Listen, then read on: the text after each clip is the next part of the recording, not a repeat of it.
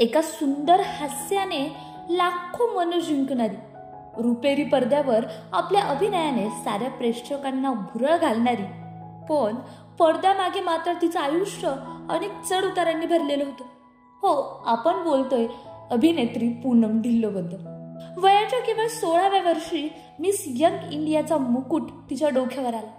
त्यानंतर फेमिना मिस इंडियाचा किताब जिंकून ती एकाच रात्रीत सर्वांच्या नजरेत आली आणि मग सुरू झाला रुपेरी प्रवास. यश चोप्रा यांच्या त्रिशूल या चित्रपटातून अभिनयात पदार्पण आणि पुढे जवळपास 80हून अधिक चित्रपट. पण जसं यशाचा जगमगाट वाढत गेला तसंच तिच्या खासगी आयुष्यातही वादळ गडद होत गेले. त्रिशूल नंतर नूरी या चित्रपटात काम करताना तिची रमेश तलवार यांच्याशी जवळकी वाढली. इंडस्ट्रीत या दोघांच्या अफेअर्सच्या चर्चा झडू लागली. अगदी गुपचूप साखरपुड्यापर्यंतच्या बातम्या पसरल्या. रमेश तलवार यांनी तिच्यासाठी जुहूमध्ये बंगला देखील खरेदी केला. पण जेव्हा तिचं नाव दिग्दर्शक यश चोप्रा यांच्यासोबत जोडलं जाऊ लागलं तेव्हा रमेश तलवार यांच्याशी तिचं नातं संपुष्टात आलं. 1980च्या दशकात तिचं नाव जोडलं गेलं विवाहित दिग्दर्शक राज सिप्पीशी.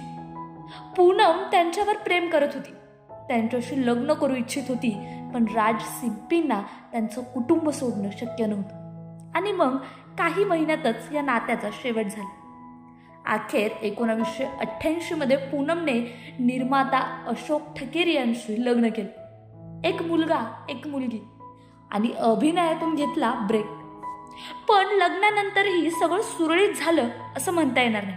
1994 मध्ये अशोक या एक्स्ट्रा मॅरिकल अफेअर्सच्या चर्चा रंगू लागल्या. पूनमनेही यावर खुल्लं वक्तव्य केलं आणि मग पतीला धडा शिकवण्यासाठी ती हाँगकाँगमधील बिझनेसमॅन किकूला डेट करू लागली.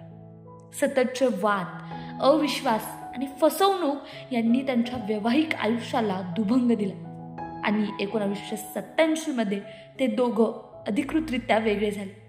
पडद्यावर कायम हसतमुख आणि आत्मविश्वासाने भरलेली पूनम ढिल्लो, पण तिच्या आयुष्याच्या कॅमेरामागील गोष्ट मात्र तितक्याच गुंतागुंतीची, तितकीच वेदना.